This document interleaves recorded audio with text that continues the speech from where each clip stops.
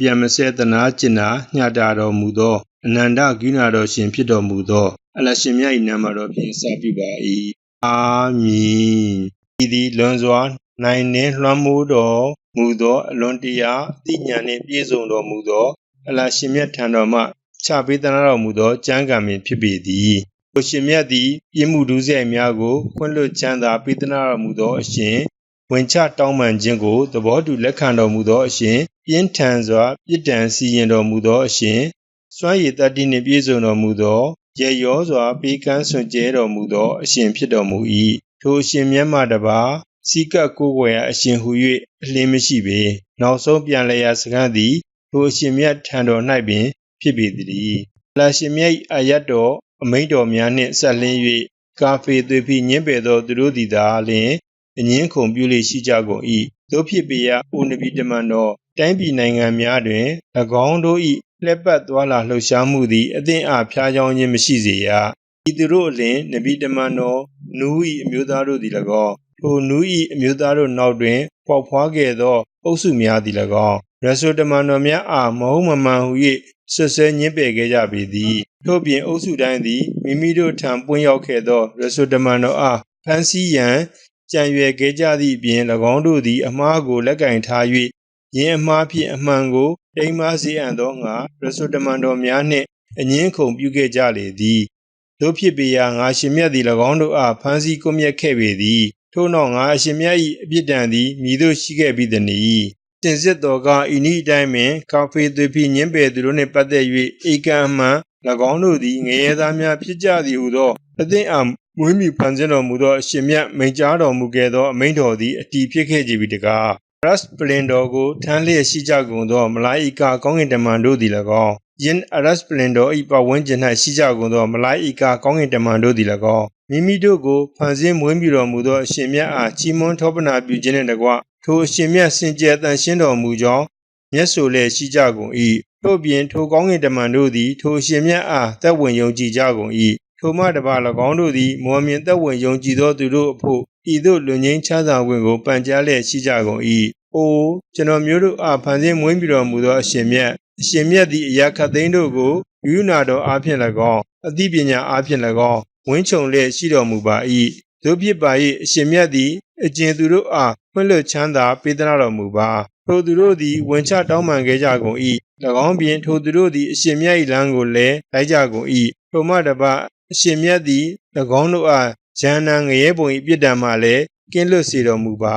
ကိုကျွန်တော်မျိုးတို့အားဖန်ဆင်းမွေးမြူတော်မူသောအရှင်မြတ်၎င်းပြင်အရှင်မြတ်သည်ထိုသူတို့အားအရှင်မြတ်၎င်းတို့အားခရီးပြုတော်မူခဲ့သည့်မြဲထာဝရနေထိုင်ရအံ့သောဥယျာဉ်များသို့လည်းဝင်ရောက်စေတော်မူပါထို့ပြင်ထိုသူတို့၏ဖခင်တို့အနက်မှ၎င်းထိုသူတို့၏သားမြေးမြစ်တို့အနက်မှ၎င်းဂျန်နတ်နှင့်သစ်လျော်ကြကုန်သောသူတို့အားလည်းယင်းအမတဒုက္ခဥယျာဉ်များသို့ဝင်ရောက်စေတော်မူပါဧကံမလွဲအရှင်မြတ်သည်ပင်လွန်စွာနိုင်နှင့်လွှမ်းမှုတော်မူသောအရှင်စင်ញင်တုံတရားနှင့်အလွန်တရာပြည့်စုံတော်မူသောအရှင်ဖြစ်တော်မူပါ၏ဘုမတပါအရှင်မြတ်သည်၎င်းတို့အားဘေးဒုက္ခတို့မှလည်းလွတ်ကင်းစေတော်မူပါစင်စစ်တော်ကအရှင်မြတ်သည်ထိုနေ့တွင်အကျဉ်သူအားဘေးဒုက္ခတို့မှကင်းလွတ်စေတော်မူခဲ့ပါလျှင်အရှင်မြတ်သည်အမှန်စင်စစ်ထိုသူအားသနာပြုနာပြုတော်မူခဲ့သည်သာစင်စစ်တော်ကဤသည်သာလျှင်ကြီးကျယ်မြင့်မြတ်လာသောအောင်မြင်မှုသည်ဧကံစင်စစ်ကိယမတ်အရှင်ပြန်ထားမည့်နေ့တွင်ကာဖေသွေဖီညင်းပယ်ခဲ့ကြသောသူတို့သည်ဤသို့ဟစ်ခေါ်ပြောဆိုခြင်းကိုခံကြရပေမည်အသင်တို့သည်ယခုမိမိတို့ကိုယ်ကိုမုန်းတီးဆက်ဆုပ်၍နေကြသည်တဲ့အသင်တို့သည်ဤမှန်သက်ဝင်ယုံကြည်မှုသို့ဖိတ်ခေါ်ခြင်းကိုခံခဲ့ကြရစဉ်အသင်တို့ညင်းပယ်ခဲ့သောအခါ၌အမှန်ပင်အသင်တို့အားအလရှင်မြတ်သည်သာပို၍ပင်မုန်းတီးဆက်ဆုပ်တော်မူခဲ့၏ထိုရောခါဝယ်၎င်းတို့သည်ဤသို့လျှောက်ထားပန်ကြားကြပေမည်အိုကျွန်တော်မျိုးအားဖန်ဆင်းမွေးမြူတော်မူသောအရှင်မြတ်သည်ကျွန်တော်မျိုးတို့အားနှစ်ကြိမ်တိုင်တိုင်သူသေးများဖြစ်နှင့်ထားရှိတော်မူခဲ့ပါသည်ထိုနည်းတူသာအရှင်မြတ်သည်နှစ်ကြိမ်တိုင်တိုင်ကျွန်တော်မျိုးတို့အားအသက်ရှင်စေတော်မူခဲ့ပါသည်ယခုတော့ကကျွန်တော်မျိုးသည်မိမိတို့၏ပြစ်များကိုဝန်ခံကြပါပြီတို့ဖြစ်ပါ၏ဤဒုက္ခမှလွတ်မြောက်ရန်နိလန်းတစုံတရာရှိပါ၏လောအင်းကဲ့သို့ထာဝရပြစ်ဒဏ်ခံရကြခြင်း၏အကြောင်းမှာအလရှင်မြတ်တဆူဒီသာလျှင်ဟစ်ခေါ်တန်းတခြင်းခံရတော်မူသောအခါအသင်တို့သည်ညင်းပယ်လေးရှိခဲ့ကြကုန်၏ တို့ရတွင်တစုံတရာကိုထိုရှင်မြတ်နှင့်တွဲဖက်နှိုင်းရှင်ပါသောအသင်တို့သည်ယုံကြည်လက်ခံလေရှိကြကုန်၏တို့ဖြစ်ပေရာယခုသောစီရင်ဆုံးဖြတ်မှုအာဏာသည်လွန်စွာမြင့်မြတ်ကြီးကဲလှတော်မူသောအလရှင်မြတ်၌သာရှိကြသည်ထိုရှင်မြတ်သည်အသင်တို့အားမိမိသက်သေလက္ခဏာတော်များကိုပြသတော်မူ၏ထိုမှတပါထိုရှင်မြတ်သည်ပင်အသင်တို့အဖို့မိုးကောင်းငယ်မှစားနပ်ရိက္ခာကိုချပေးသနာတော်မူ၏တို့ရာတွင်ထိုရှင်မြတ်ဘဲ့သို့ပြန်လှည့်သောသူသည်သာလျှင်စဉ်းစားဆင်ခြင်တရားရယူလေရှိပေသည်တို့ဖြစ်ပေရာကာဖေသေပြီးညှင်းပယ်သောသူတို့သည်မနစ်မြို့ကြညာတော်လဲအသင်တို့သည်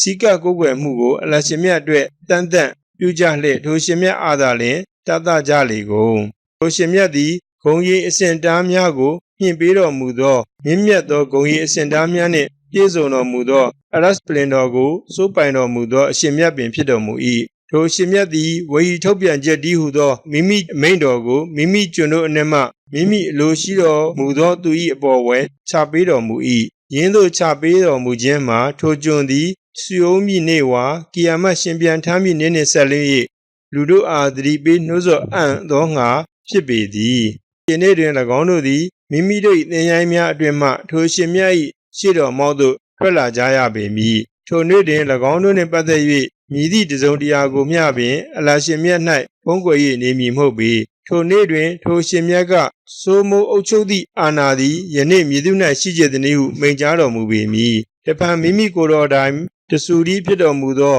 အလွန်တရာနှံနှင့်လွှမ်းမှုတော်မူသောအလရှင်မြတ်၌သာရှိသည်ဟုမိန့်ကြားတော်မူပေမည်ယနေ့တော်ကလူတိုင်းသည်မိမိတို့ရှာဖွေစည်းပူးကသမျှနှင့်ဆက်လင်း၍အစားပေးခြင်းကိုခံကြရပေမည်ယနေ့မတရားပြုလုပ်မှုဟူ၍ကအလင်းမရှိပြီဧကံအမှန်အလရှင်မြတ်သည်လင်းမြန်စွာစောကြောစစ်ဆေးတော်မူသောအရှင်မြတ်ပင်ဖြစ်တော်မူပေတည်းဘုမတပါအိုနဗီတမန်တော်အသင်သည်၎င်းတို့အားနိက၏လက်အံသောကီယာမနှင့်ဆက်လင်း၍တတိပေးနှိုးဆော်ပါလေထိုရောအခါဝဲစိတ်နှလုံးများမှာလွန်စွာပူဆေးသောကကိုချုပ်တီးမျိုးသိမ့်လျက်လယ်မျိုးများသို့စို့၍လာကြပေမည်ထိုနေ့တွင်မတရားကျူးလွန်သူတို့၌ယင်းဤသောမိတ်ဆွေဟု၍လည်းတဦးတယောက်မျှရှိလိမ့်မည်မဟုတ်ပေဩဇာညောင်းသောဂျားဝင်သနာခံပေးအပ်သောသူဟု၍လည်းတဦးတယောက်မျှပင်ရှိလိမ့်မည်မဟုတ်ပေထိုရှင်မြတ်သည်မျက်စိများ၏သစ္စာဖောက်မှုကိုယ်ဝဲမှုကို၎င်းစိတ်နှလုံးများကလျှို့ဝှက်ထားသည်တို့ကို၎င်းသိရှိတော်မူ၏စင်စစ်တော်ကအလရှင်မြတ်သည်တရားသဖြင့်စီရင်ဆုံးဖြတ်တော်မူပေမည်တို့ရာတွင်ထိုရှင်မြတ်အားဆွေး၍၎င်းကာဖေသွေးပြီးညှင်းပယ်သောသူတို့ဖြစ်ခေါ်တတ်တကုန်သော၎င်းတို့၏ကိုယ်ဝဲရာတို့မှမူကမြည်တို့မျှစီရင်ဆုံးဖြတ်နိုင်ကြမည်မဟုတ်ပေဧကံမလွဲအလရှင်မြတ်တည်သာလျှင်အယခတ်သိန်းတို့ကိုကျင်းမဲ့ကြားတော်မူသောအရှင်အယခတ်သိန်းတို့ကိုအကျွင်းမဲ့မြင်တော်မူသောအရှင်ဖြစ်တော်မူပေတည်းထိုသူတို့သည်ကဘာမြေဝဲလှဲ့လေသွားလာခြင်းမပြုခဲ့ကြလေသလောတို့ပြုခဲ့ကြလျင်၎င်းတို့သည်မိမိတို့အလင်ရှိခဲ့ကြဘူးသောသူတို့၏နောက်ဆုံးအကျိုးသည်မိတို့မိပုံရှိခဲ့သည်ကိုမြင်ကြရပေမည်ထိုရှေးသူဟောင်းတို့သည်ထိုသူတို့တဲ့ပင်သူရတတိခွန်အားပလအားဖြင့်၎င်းပထဝီမြေဝဲခြံရစ်ခဲ့ကြသောခြေရလက်ရအားဖြင့်၎င်းပုံမထူးခဲ့သူများဖြစ်ခဲ့ကြပေသည်တို့တစေလဲအလရှင်မြတ်သည်ထိုသူတို့အား၎င်းတို့၏ပြစ်မှုဒုစရိုက်တို့ကြောင့်ဖန်ဆီးကွပ်မျက်တော်မူခဲ့၏၎င်းတို့၌အလရှင်မြတ်၏ပြစ်ဒဏ်မှလွတ်မြောက်စေမည်သူဟု၍လည်းတဦးတယောက်မျှပင်မရှိခဲ့ပေထိုသို့ဖန်ဆီးကွပ်မျက်ခြင်းခံခဲ့ကြရသည်မှာ၎င်းတို့၏ရဆိုတမန်တော်များသည်၎င်းတို့ထံထင်ရှားစွာသောသက်သေတာရကအထောက်အထားများဆောင်ယူခဲ့လေရှိကြသောလေ၎င်းတို့မှမူကညှင်းပယ်လှည့်ပင်ရှိခဲ့ကြသောကြောင့်အလရှင်မြတ်သည်၎င်းတို့အားဖန်ဆီးကွပ်မျက်တော်မူခဲ့၏ဧကံမလဲထိုရှင်မြတ်သည်အလွန်တရာခွန်အားပလားနှင့်ပြည့်စုံတော်မူသောပြင်းထန်စွာပြစ်ဒဏ်စီရင်တော်မူသောအရှင်ဖြစ်တော်မူပေတည်းထို့ပြင်မလွဲဧကံငါရှင်မြတ်သည်မူဆာအားငါရှင်မြတ်၏အမိန့်ပြညတ်တော်များအပြင်ထင်ရှားစွာသောသက်သေလက္ခဏာတော်နှင့်တကွဆေလွတ်တော်မူခဲ့၏ဖရာအောင်ဟာမန်နှင့်ကာရွန်တို့ထံထိုအခါ၎င်းတို့ကထိုမူဆာသည်ပြင်စလက်ဆရာတဦးသည်၎င်းလွန်စွာမှုစားပြောဆိုသူတဦးသည်၎င်းဖြစ်သည်ဟုပြောဆိုခဲ့ကြ၏ထို့နောက်ထိုမူဆာသည်ငါအရှင်မြတ်ထံတော်မှအမှန်တရားကိုဆောင်ယူ၍၎င်းတို့ထံရောက်ရှိလာသောအခါ၎င်းတို့ကအသင်တို့သည်ထိုမူဆာနှင့်အတူအီမန်သက်ဝင်ယုံကြည်ခဲ့ကြသောသူတို့၏သားကြောင့်ကြားကလေးများကိုတပ်ဖြတ်ကြ၍၎င်းတို့၏မိန်းမတို့ကိုမူကတပ်ဖြတ်ခြင်းမပြုဘဲအသက်ရှင်စွာထားရှိကြလေကုန်ဟုပြောဆိုခဲ့ကြကုန်၏ တို့တစေလဲကာဖေးသွေးပြီးညင်းပယ်ကြသောသူတို့၏အကြံစီမှာလွဲမှားခဲ့သည်သာထိုမှတပါဖရအောင်သည်ဤသို့ပြောဆိုခဲ့လေသည်အသင်တို့သည်ငါအားမတားဆီးကြကုန်လင်ငါသည်မူဆာအားတပ်ဖြတ်မည်ထို့ပြင်ထိုမူဆာသည်၎င်းကိုဖန်ဆင်းမွေးမြူတော်မူသောအရှင်မြတ်အားဟစ်ခေါ်ပါစေတနည်းအသင်တို့သည်ငါအားမူဆာကိုတပ်ဖြတ်ခြင်းမှမတားဆီးကြကုန်လင်ထိုမူဆာအားလည်း၎င်း၏အရှင်မြတ်အားဟစ်ခေါ်ကူညီတောင်းခံပါစေအမှန်စင်စစ်တော်ကထိုမူဆာသည်အသင်တို့၏သာသနာကိုပြောင်းလဲဖျက်ဆီးပြစ်မည်ကိုတော်၎င်းတိုင်းပြည်၌ပျက်စီးရာပျက်စီးကြောင်းကိုဖြစ်ပေါ်စေမည်ကိုတော်၎င်းငါသည်စိုးရိမ်မိသည်တို့ရာတွင်မူဆာသည်ဤသို့ပြောကြားခဲ့လေသည်ဧကန်စင်စစ်ငါသည်စောကြောမေးမြန်းမိနေ့ကိုတက်ဝင်ယုံကြည်ခြင်းမရှိသောဘဝင်မြင့်မာနထောင်လာသူတိုင်း၏ဘေးရန်ခတ်သိမ်းတို့မှကင်းလွတ်အံ့သောငါအား၎င်းအသင်တို့အား၎င်းအားလုံးတို့အားဖန်ဆင်းမွေးပြီးတော်မူသောအရှင်မြတ်ထံတော်၌အကာအကွယ်ယူပြီးဖြစ်သည်ထို့ပြင်ဖရအောင်၏ဆွေမျိုးသားချင်းတို့အနက်မှမိမိအီမန်ယုံကြည်မှုကိုလျှို့ဝှက်ထားရှိလေသောမောမြင့်ယောက်ျားတို့ကဤသို့ပြောဆိုခဲ့လေ၏အသင်တို့သည်လူတစ်ယောက်အားထိုသူကငါအားဖန်ဆင်းတော်မူသောအရှင်မြတ်မှာအလရှင်မြတ်ပင်ဖြစ်တော်မူသည်ဟုပြောဆိုမှုကြောင့်တပ်ဖြတ်ကြမည်လောအမှန်စင်စစ်တော်ကထိုသူသည်အသင်တို့ထံအသင်တို့အားဖန်ဆင်းမွေးမြူတော်မူသောအရှင်မြတ်ထံတော်မှထင်ရှားစွာသောတသက်ထောက်ထားများကိုလည်းယူဆောင်လာခဲ့လေ၏စင်စစ်တော်ကအကယ်၍သာထိုသူသည်မှုသားဝါဒီဖြစ်မှုထိုသူ၏မှုသားဝါဒသည်၎င်း၏အပေါ်၌သာကြားရောက်ပေမည်တို့ရာတွင်အကယ်၍ထိုသူသည်သစ္စာဝါဒီဖြစ်လျင်အသင်တို့အားထိုသူကြိုတင်ပြရိတ်ပေးလျက်ရှိသည်တို့အနက်ပြစ်ဒဏ်တစိမ့်တည်းမှာအသင်တို့၌သက်ရောက်မည်ဖြစ်၏အမှန်စင်စစ်အလရှင်မြတ်သည်စီကံကျူးလွန်သောလွန်စွာမှုသားပြောဆိုသောသူအားတရားလမ်းမှန်ကိုညွှန်ပြတော်မူသည်မဟုတ်ပေ။ကိုကျွန်ုပ်တို့၏မျိုးသားတို့ယနေ့အသင်တို့၌ဩဇာတက္ကမစိုးမိုးအုပ်ချုပ်မှုရှိနေ၍အသင်တို့သည်တိုင်းပြည်အတွင်းလွှမ်းမိုးကြီးစိုးလျက်ရှိနေကြပေမည်။တို့ရာတွင်အလရှင်မြတ်၏ပြစ်ဒဏ်မှကယ်၍ယင်းပြစ်ဒဏ်သည်ကျွန်ုပ်တို့၌ဆက်ရောက်လာခဲ့သည်ရှိသောကျွန်ုပ်တို့အားမြည်သူလွတ်မြောက်ပါစေမည်နီ။ထိုအခါဖရအောင်ကအချင်းတို့ငါသည်မိမိထင်မြင်ယူဆချက်ကိုသာအသင်တို့အားကြံပေးခြင်းဖြစ်သည်ထိုမှတပါငါသည်အသင်တို့အားသင်လျော်မှန်ကန်သောနိလမ်းမှတပါအခြားမည်သည်ကိုမျှညွှန်ပြသည်မဟုတ်ဟုပြောဆိုခဲ့ပေသည်ထိုမှတပါထိုမောမြင်သက်ဝင်ယုံကြည်သူသည်ဤသို့ပြောကြားခဲ့ပြန်လေ၏အိုကျွန်ုပ်၏မျိုးသားတို့ဧကန်စင်စစ်ကျွန်ုပ်သည်အသင်တို့အပေါ်၌ရှေးအထက်ကျော်ကာလကဘာသာဝင်အုပ်စုများနိတူဆိုးဝါးသောနေ့ဆက်ရောက်လာမည်ကိုစိုးရိမ်မိသည်နဗီတမန်တော်နူး၏အမျိုးသားတို့၏အခြေအနေကဲ့သို့၎င်းအမျိုးသားတို့၏အခြေအနေကဲ့သို့၎င်းစမှုအမျိုးသားတို့၏အခြေအနေကဲ့သို့၎င်းထိုသို့သောအမျိုးသားတို့၏နောက်ရှိခဲ့ဘူးကြသောသူတို့၏အခြေအနေကဲ့သို့၎င်းစင်စစ်တော်ကအလရှင်မြတ်သည်မိမိကျွန်တို့အပေါ်ဝဲမိတို့မြမတရားပြုလုပ်တော်မူသည်မဟုတ်ပေ။ထိုမှတပါအိုကျွန်ုပ်တို့၏အမျိုးသားတို့ဧကံမလဲကျွန်ုပ်သည်အသင်တို့နှင့်ပတ်သက်၍ဟစ်ခေါ်မိနေ၏ပြစ်ဒဏ်ကိုလည်းစိုးရိမ်မိ၏အကျင့်နေ့တွင်အသင်တို့သည်ကြောခန်း၍ထွက်ပြေးကြပေမည်ထိုနေ့တွင်အလရှင်မြတ်အားဆန့်ကျင်၍ကာဝယ်ဆောင်ရှောက်အပ်သောသူဟု၍တဦးတယောက်မျှပင်အသင်တို့၌ရှိလိမ့်မည်မဟုတ်ပေစင်စစ်တော်ကမြည်သူမဆိုအလရှင်မြတ်သည်လမ်းမ၌ဆက်လက်၍ထားရှိတော်မူပါလျင်ထိုသူ၌လမ်းမှန်သို့ပို့ပေးအံ့သောသူဟု၍တဦးတယောက်မျှမရှိပေဘုမတပဧကံမလဲနဗီတမန်တော်ယူဆုဖ်သည်အသင်တို့ထံရှေးဥမစွာကသက်သေထောက်ထားများယူဆောင်ခဲ့လေ၏တို့ရာတွင်အသင်တို့သည်ထိုနဗီတမန်တော်ယူဆုဖ်ယူဆောင်ခဲ့သည်တို့နှင့်ဆက်လင်း၍ဒီဟတန်တရား၌ပင်ရှိမြဲရှိနေကြကုန်၏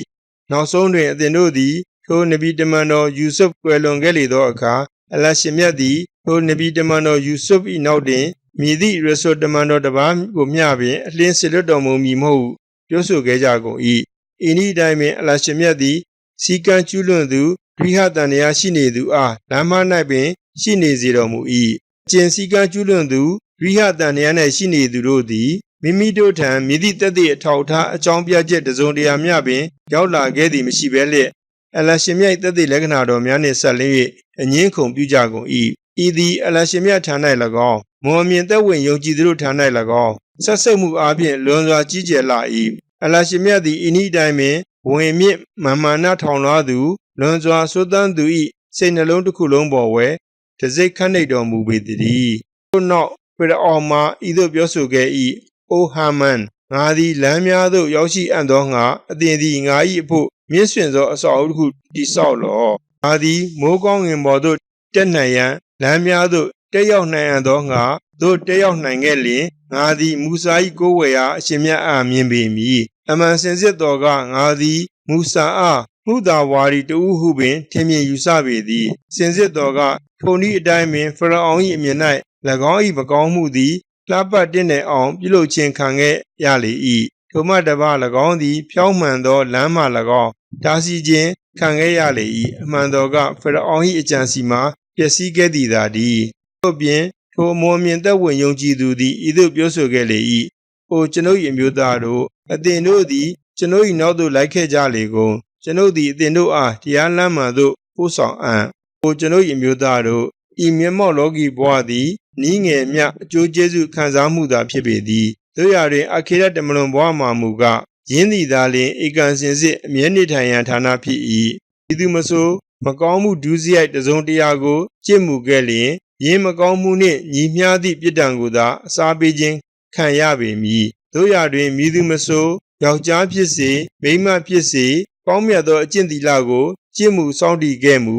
ထိုမှတပါထိုသူသည်မောမြင်သက်ဝင်ယုံကြည်သူလည်းဖြစ်ပါမူထိုကဲ့သို့သောသူတို့မှာဂျန်နတ်ဒုက္ခဘုံသို့ဝင်ရောက်ကြပေမည်ထိုသူတို့သည်ယင်းဂျန်နတ်ဒုက္ခဘုံတွင်ရေတွက်ခြင်းမရှိဘဲစာနတ်ရိက္ခာကိုချီးမြှင့်ကျွေးမွေးခြင်းကိုခံကြရကုန်အံ့တည်းထိုမှတပါအိုကျွန်ုပ်တို့၏အမျိုးသားတို့အသောပါနည်းကျွန်ုပ်သည်အသင်တို့အားပြစ်ဒဏ်မှလွတ်ကင်းရာသို့ဖိတ်ခေါ်နေပါသည်သို့သောအသင်တို့သည်မူကားကျွန်ုပ်အားငရဲမီးသို့ဖိတ်ခေါ်နေကြပါသည်အသင်တို့သည်ကျွန်ုပ်အားကျွန်ုပ်အလရှင်မြတ်အားသွေးဖိညင်းပယ်ရန်၎င်းကျွန်ုပ်တွင်မြည်သည့်အသိပညာမြည်သည့်သက်သေတာရကတစုံတရာမျှမရှိသောအရာကိုကျွန်ုပ်ထိုအရှင်မြတ်နှင့်တွဲဖက်နှိုင်းရှင်ကိုးကွယ်ရန်၎င်းဖိတ်ခေါ်ကြကုန်၏အမှန်စင်စစ်တော်ကကျွန်ုပ်သည်အသင်တို့အားလွန်စွာနိုင်နှင့်လွှမ်းမိုးတော်မူသောအလွန်တရာခွင့်လွှတ်ချမ်းသာပေးသနာတော်မူသောအရှင်မြတ်ထံတော်သို့ပင်ဖိတ်ခေါ်လျက်ရှိပေသည်အချွတ်မလဲကျွန်ုပ်အားအသင်တို့ဖိတ်ခေါ်နေသောအရာသည်ဤပြစ္ဆုတ်ပံလောက၌လည်း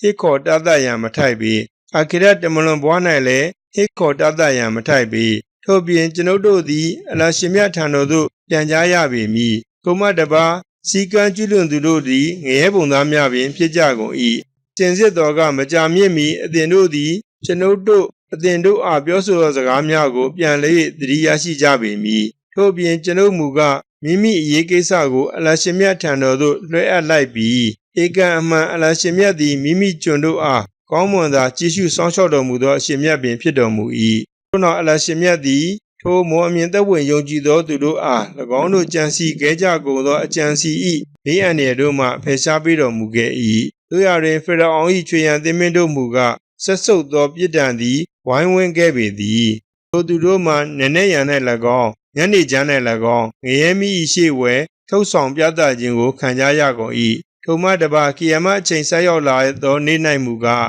အသင်တို့သည်ဖရအောင်၏ချွေရန်သင်းမင်းတို့အားပြင်းထန်လှစွာသောပြစ်ဒဏ်နှင့်ဝင်ရောက်စေကြလေကုန်ဟုအလရှင်မြတ်သည်မလာဧကာကောင်းကင်တမန်တို့အားမိန့်တော်မူအံ့တည်းထို့ပြင်ပြန်လည်သတိရပါလေ၎င်းတို့သည်ငရဲမီး၌အငင်းခုန်ပြုလုပ်ကြသောအခါဝဲအောက်လက်ငယ်သားတို့ကအကြီးကဲတို့အားဧကန်စင်စစ်ကျွန်ုပ်တို့သည်အသင်တို့၏နောက်လက်များပင်ဖြစ်ခဲ့ကြပေရာအသင်တို့သည်ကျွန်ုပ်တို့မှငရဲမီးတစိမ့်တေသာကိုဖယ်ရှားပေးနိုင်ကြသလိုဟုပြောဆိုကြပေမည်ထိုအခါအကြီးကဲတို့ကဧကန်စင်စစ်ကျွန်ုပ်တို့အားလုံးသည်ပင်ရင်ငရဲမီး၌ရှိနေကြကုန်၏ဧကန်မလဲအလရှင်မြတ်သည်မိမိကျွန်ုပ်တို့၏အကြောင်းဝယ်ယတိပြတ်အစီရင်ဆုံးဖြတ်တော်မူလိုက်ပေပြီဟုပြောဆိုဖြေကြားခဲ့ကြပေမည်ထို့နောက်ငရဲမီး၌ရှိကြသူအားလုံးတို့သည်ဂျန်နံငရဲဘုံကိုစောင့်ကြပ်သောမလာဧကာကောင်းကင်တမန်တို့အားအသင်တို့သည်မိမိတို့အားဖန်ဆင်းမွေးမြူတော်မူသောအရှင်မြတ်ထံတော်တွင်ဆုတောင်းပတ္တနာပြုကြပါလျင်ထိုအရှင်မြတ်သည်တနစ်တလေမျှပင်ပြစ်ဒဏ်ကိုကျွန်ုပ်တို့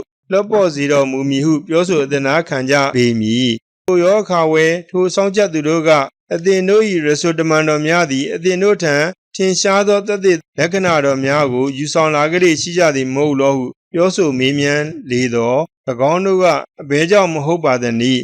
အမှန်ပင်ယူဆောင်ခဲ့ကြလေသည်ဟုပြောဆိုဖြေကြားကြမည်ထိုအခါထိုစောင့်ကြပ်တို့ကသို့ဖြစ်လျင်အသင်တို့ကိုယ်တိုင်ပင်ဆုတောင်းပတ္တနာပြုကြကုန်လောဟုပြန်ကြားကြပေမည်စင်စစ်ကနောင်တမလွန်ဘွား၌ကာဖေသွေးဖိညင်းပယ်သောသူတို့၏ဆုတောင်းပတ္တနာသည်အချီးမီးပင်ဖြစ်ပေသည်အလွဲဧကံငါရှင်မြတ်သည်မိမိရစုတမန်တော်တို့အား၎င်းမောဟမြင်သက်ဝင်ယုံကြည်သူတို့အား၎င်းမျက်မှောက်လောကီဘွား၌၎င်းကုညီဆောင်မလည်းရှိတော်မူ၏သက်သေများရကြမိကိယမရှင်ပြန်ထားမည်နေ့တွင်လည်းကုညီဆောင်မတော်မူမည် ယနေ့တွင်ကျူးလွန်သူတို့အား၎င်းတို့၏အကြောင်းပြချက်သည်အကျိုးမပေးသည်သာမက၎င်းတို့၌ဂိဏတော်မှကွင်းဝေးခြင်းသည်လည်းရှိပေမည်ထိုမှတပါ၎င်းတို့၌စိုးဝါလာသောဌာနလည်းရှိပေမည်တို့ပြင်ဧကံမလဲငါရှင်မြတ်သည်မူဆာအားတရားလမ်းညွန်ကိုရှင်းမြင့်ပေးသနာတော်မူခဲ့ပြီးဖြစ်၏ထိုမှတပါငါရှင်မြတ်သည်ဣသရေလမျိုးသားတို့အားကျမ်းဂန်ကိုအမွေပေးတော်မူခဲ့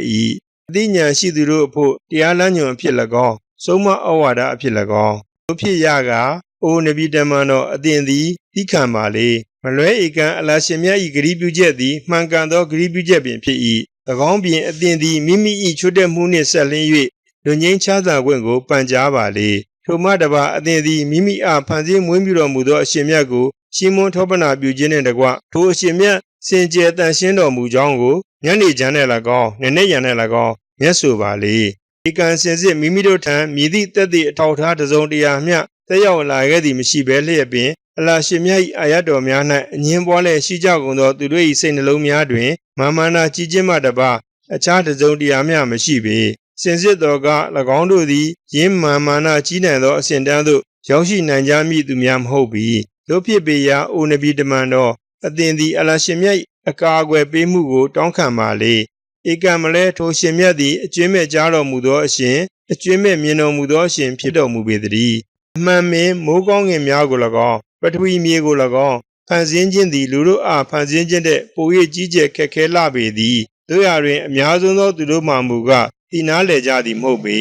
တို့ပြင်မျက်မမြင်နှင့်စက္ခုအလင်းရသောသူတို့သည်မတူကြပြီထိုနည်းတူသာဤမှန်သက်ဝင်ယုံကြည်၍ကောင်းမြတ်သောအကျင့်တီလာများကိုကျင့်မှုစောင့်တည်ကြသောသူတို့နှင့်မကောင်းမှုကိုကျူးလွန်သောသူတို့သည်လည်းမတူကြပေစင်စစ်မှာကအသင်တို့သည်အနည်းငယ်မျှသာ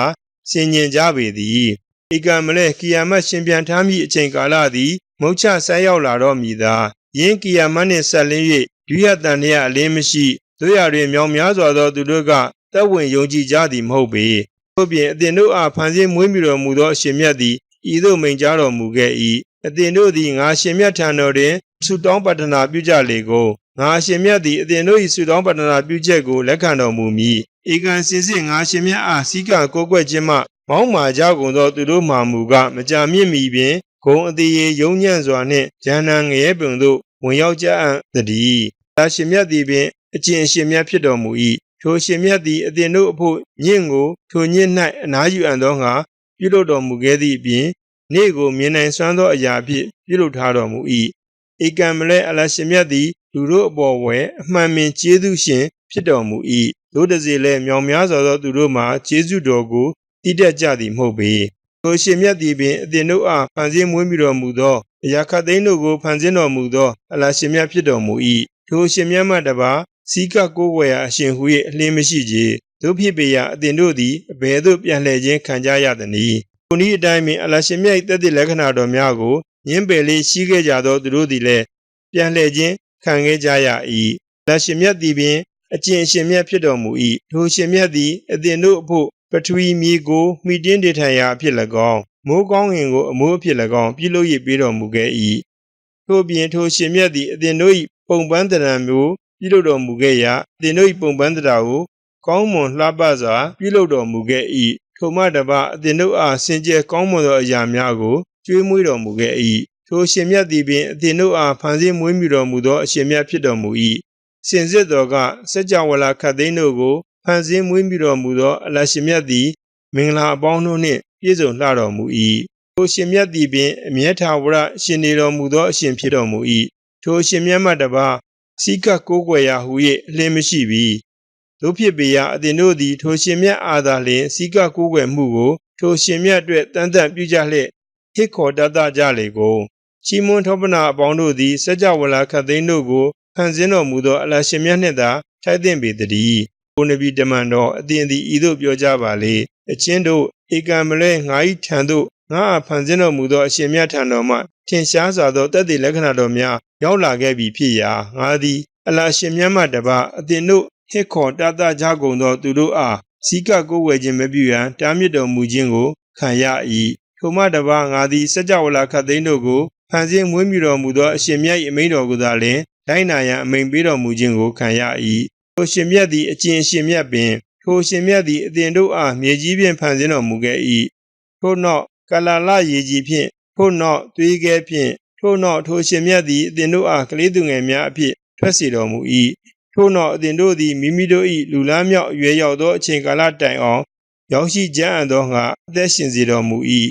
ထို့နောက်တဖန်အသင်တို့သည်ဇရာအိုများအရွယ်သို့ရောက်ရှိကြအံ့သောငါအသက်ရှင်စေတော်မူ၏၎င်းပြင်အသင်တို့၌လူလားမြောက်ခြင်းအရွယ်သို့၎င်းဇရာအိုအရွယ်သို့၎င်းမရောက်မီရှေးဦးမစွာ၌ပင်သေဆုံးကြသူများလည်းရှိကြပေသည်ထို့ပြင်အသင်တို့သည်တတ်မှတ်ပြဋ္ဌာန်းပြီးဖြစ်သောအချိန်ကာလတိုင်အောင်ရောက်ရှိအံ့သောငါ၎င်းအသင်တို့သည်သိရှိနားလည်ကြအံ့သောငါ၎င်းထိုရှင်မြတ်သည်အသင်တို့အားရွှေ့ဆိုင်ထားတော်မူ၏ထိုရှင်မြတ်သည်ပင်အသက်ရှင်စေတော်မူ၏အသက်သေစေတော်မူ၏ထို့နောက်ထိုရှင်မြတ်သည်အရေးကိစ္စတစုံတရာကိုပြဋ္ဌာန်းလိုတော်မူသောအခါဖြစ်စေဟုမိန့်ကြားတော်မူယုံဖြင့်ယင်အရေးကိစ္စမှာချက်ချင်းဖြစ်ပေါ်လာလေသည်။အိုနဗီတမန်တော်အသင်သည်အလရှင်မြတ်အာရတော်များ၌အငင်းပွားလျက်ရှိကြသူတို့အားမမြင်လေသလော၎င်းတို့သည်အဘယ်သို့ပြန်လှည့်သွားနေကြသနည်းအကျဉ်သူတို့သည်ဤကုရ်အာန်ကျမ်းတော်မြတ်ကို၎င်းငါအရှင်မြတ်မိမိရစူတမန်တော်မြတ်အားပေး၍ဆေလွတ်တော်မူသောအယူဝါဒအမိန့်ပညတ်စသည်တို့ကို၎င်းမဟုတ်မမှန်ဟုဆွဆွဲညှင်းပယ်ခဲ့ကြကုန်၏တို့ဖြစ်ပေရာမကြာမီပင်၎င်းတို့သည်သိရှိကြရပေမည်အချင်းအခါဝဲထိုသူတို့၏လေကုန်များ၌လေကွင်းများနှင့်တန်ကြိုးများသည်ရှိနေကြပေမည်ထို့ပြင်၎င်းတို့သည်တရွတ်တိုက်ဆွဲချခြင်းကိုလည်းခံကြရပေမည်အကျက်စုလည်းရှိသောယင်လေးပူ၌ထို့နောက်၎င်းတို့သည်ငရဲမီးတဲ့သို့တွန်းထိုးခြင်းကိုခံကြရပေမည်ထို့နောက်၎င်းတို့သည်ဤသို့ပြောဆိုမေးမြန်းခြင်းကိုခံကြရပေမည်အသင်တို့တွဲဖက်နှိုင်းရှင်ကိုယ်ွယ်လေးရှိကြသောအရာများသည်အဘယ်မှနည်းအလရှင်မြတ်နှင့်အတူ၎င်းတို့အားလျှောက်ထားကြပေမည်၎င်းတို့မှာကျွန်တော်မျိုးတို့ထံမှပျောက်ကွယ်သွားကြပါပြီထို့သောအလင်းမဟုတ်စင်စစ်မှာကကျွန်တော်မျိုးတို့သည်ယခင်ကမြည်သည့်တစုံတရာမျှပင်ဟစ်ခေါ်တတ်သစည်းကပ်ကိုယ်ွယ်ခြင်းမပြုခဲ့ကြပါအလရှင်မြတ်သည်ထိုနည်းတိုင်းပင်ကာဖီသွေဖီညစ်ပေသောသူတို့အားလမ်းမ၌ပင်နေမြဲနေစေတော်မူ၏ထိုပြစ်ဒဏ်ကိုခံစားကြခြင်းမှာအသင်တို့သည်ကမ္ဘာလောက၌မတရားသဖြင့်ရှင်မြူးလျက်ရှိခဲ့ကြသောကြောင့်၎င်းဝင်ကြွားလျက်ရှိခဲ့ကြသော၎င်းခံစားကြရခြင်းဖြစ်ပေ၏အခုမူကားအသင်တို့သည်ဂျဟန္နငရဲဘုံ၏တကားပေါက်များသို့ယင်းဂျဟန္နငရဲဘုံ၌အမျက်ထာဝရနေထိုင်ကြသူတို့အဖြစ်ဝင်ရောက်ကြကုန်လောစင်စစ်ဘဝင်မြင့်မာမာနထောင်လာကြကုန်သောသူတို့၏နေထိုင်ရာဌာနမူကားလွန်စွာဆိုးဝါးလှပေသည်တို့ဖြစ်ပေရာအိုနဗီတမန်တော်အသင်သည်သိခံပါလေဧကံမလဲအလရှင်မြတ်၏ဂရိပျော်ပြုမှုချက်သည်မှန်ကန်သောဂရိပြုချက်ပင်ဖြစ်၏ထို့နောက်အကယ်၍ငါရှင်မြတ်သည်၎င်းတို့အားငါရှင်မြတ်ချင်းချက်တော်မူသည်များအနက်တချို့ကိုအသင်အားပြတော်မူသည်ဖြစ်စေအသင်အားတည်ဆုံးစေတော်မူသည်ဖြစ်စေမိတို့ပင်ဖြစ်စေ၎င်းတို့မှမူကားငါရှင်မြတ်ထံသို့ပြန်လာကြမည်သာတည်းဘုမတပါဧကံမလဲငါရှင်မြတ်သည်အသင်အလင်းမြောင်များစွာသောရစူတမန်တော်များအားဆေလွတ်တော်မူခဲ့၏၎င်းတို့၌အချို့သောရစူတမန်တော်များ၏ထုပ်ပတ်တိကိုငါရှင်မြတ်သည်အသင်အားပြောပြတော်မူခဲ့၍အချို့၏ထုပ်ပတ်တိကိုငါရှင်မြတ်သည်အသင်အားပြောပြတော်မူခဲ့သည်မရှိကြစင်စစ်တော်ကညီသည့်ရစူတမန်တော်တစ်ပါးအဖို့မျှပင်အလရှင်မြတ်၏အမိန့်တော်မရှိဘဲတကိုးပြရိယာတကုံတရာမျှပြနိုင်စွမ်းမရှိပြီထို့နောက်အလရှင်မြတ်၏အမိန့်တော်ရောက်ရှိလာသောအခါ၌မူကားတိကျမှန်ကန်စွာစီရင်ဆုံးဖြတ်ပြီးသည့်ပြင်အမှားကိုလိုက်စားသောသူတို့သည်ထိုနေရာ၌ပင်ပျက်စီးဆုံးရှုံးခဲ့ကြအံ့တည်းအလရှင်မြတ်သည်ပင်အသင်တို့အဖို့ခြေလေးချောင်းလိပ်ဆံများဖြစ်ကြသောကလအုပ်နွားသိုးစိတ်တို့ကိုဖန်ဆင်းတော်မူခဲ့၏အသင်တို့သည်၎င်းတို့နှင့်အချို့ကိုစီးနှင်းကြကုန်၏ထို့ပြင်အသင်တို့သည်၎င်းတို့နှင့်အချို့ကိုစားသုံးကြကုန်၏ထို့ပြင်အသင်တို့ဖို့ယင်းလိပ်ဆံများ၌များစွာသောအကျိုးကျေးဇူးများလည်းရှိကုန်၏ထိုမှတပါအသင်တို့သည်ယင်းလိပ်ဆံများပေါ်၌စီးနှင်းလျက်မိမိတို့စိတ်တွင်းဝယ်အလိုရှိရာသို့ရောက်ရှိနိုင်ကြအံ့သောငါဖန်ဆင်းတော်မူခဲ့၏ထိုမှတပါအသင်တို့သည်ယင်းလိပ်ဆံများပေါ်၌၎င်းတင်မောများပေါ်၌၎င်းတင်ဆောင်ခြင်းကိုခံကြရကုန်၏တင်စစ်တော်ကထိုအရှင်မြတ်သည်အသင်တို့အားမိမိတသက်လက္ခဏာတော်များကိုပြသတော်မူ၏တို့ဖြစ်ပေရာအသင်တို့သည်အလရှင်မြတ်၏မြည်သည့်တသက်လက္ခဏာတော်များကိုညှင်းပယ်ကြရအံ့သနည်းတို့ဖြစ်ပေရာ၎င်းတို့သည်ကဘာမြေဝဲလှည့်လည်သွားလာခြင်းမပြုခဲ့ကြလေသလောတို့ပြုခဲ့ကြလျင်၎င်းတို့သည်မိမိတို့အလျင်ရှိခဲ့ကြဘူးသောသူတို့အနက်နောက်ဆုံးအကျိုးသည်မိတို့မိပုံရှိခဲ့သည်ကိုတွေ့မြင်ကြပေမည်တို့ရှေးသူဟောင်းတို့သည်ထိုသူတို့တက်ပင်လူဦးရေများခဲ့ကြသည့်အပြင်သူရတ္တိခွန်အားဗလအားဖြင့်၎င်းပတိမြေဝဲ ခြံရစ်ခဲ့သောခြေရလက်ရာများအားဖြင့်၎င်းပုံမထူးကဲ့သို့များဖြစ်ခဲ့ကြကုန်၏တို့တည်းလည်း၎င်းတို့အဖို့၎င်းတို့စီးပူးခဲ့ကြသည်တို့သည်တသုံးမဝင်အချိုးပေးသည်မဟုတ်ပေစင်စစ်တော်က၎င်းတို့၏ရဆွတမန်တော်များ၎င်းတို့ထံထင်ရှားစွာသောတသက်လက္ခဏာတော်များကိုယူဆောင်၍လာခဲ့ကြသောအခါ၎င်းတို့သည်မိမိတို့ထံရှိလေသောလောကီပညာနှင့်ဆက်လင်း၍မြူးတူးဖြင့်ပြောမော်ကြွားခဲ့ကြကုန်၏တို့ရာတွင်၎င်းတို့သည်ပြည့်ချော်ပြောင်လောင်လျက်ရှိခဲ့ကြသောပြစ်ဒဏ်မှာ၎င်းတို့အားဝိုင်းဝန်းခဲ့လေ၏ထို့နောက်၎င်းတို့သည်ငါအရှင်မြတ်၏ပြစ်ဒဏ်ကိုမြင်ခဲ့ကြသောအခါကျွန်တော်မျိုးတို့သည်အလရှင်မြတ်တဆူဒီကိုသာအသက်ဝင်ယုံကြည်ကြပါပြီ၎င်းပြင်ကျွန်တော်မျိုးတို့သည်မိမိတို့ထိုရှင်မြတ်နှင့်တွဲဖက်နှိုင်းရှင်ကိုးကွယ်လျက်ရှိခဲ့ကြသည်တို့ကိုညှင်းပယ်ကြပါပြီဟုပြောဆိုခဲ့ကြကုန်၏တည်းစေလည်း၎င်းတို့သည်ငါအရှင်မြတ်၏ပြစ်ဒဏ်ကိုမြင်တွေ့ခဲ့ကြပြီးဖြစ်ရာ၎င်းတို့၏အီမန်သက်ဝင်ယုံကြည်မှုသည်၎င်းတို့အားအကျိုးပေးခဲ့သည်မဟုတ်ပေဤသည်အလရှင်မြတ်၏အကျင့်စည်းကားအတိုင်းပင်ဖြစ်သည်ထိုစည်းကမ်းသည်ထိုရှင်မြတ်၏ကျွန်ုပ်တို့နှင့်ပတ်သက်၍လွန်လေပြီးဖြစ်၏ထိုမှတပါကာဖေသွေဖီညင်းပယ်သောသူတို့သည်ထိုနေရာ၌ပင်ပျက်စီးဆုံးရှုံးခဲ့ကြကုန်သတည်း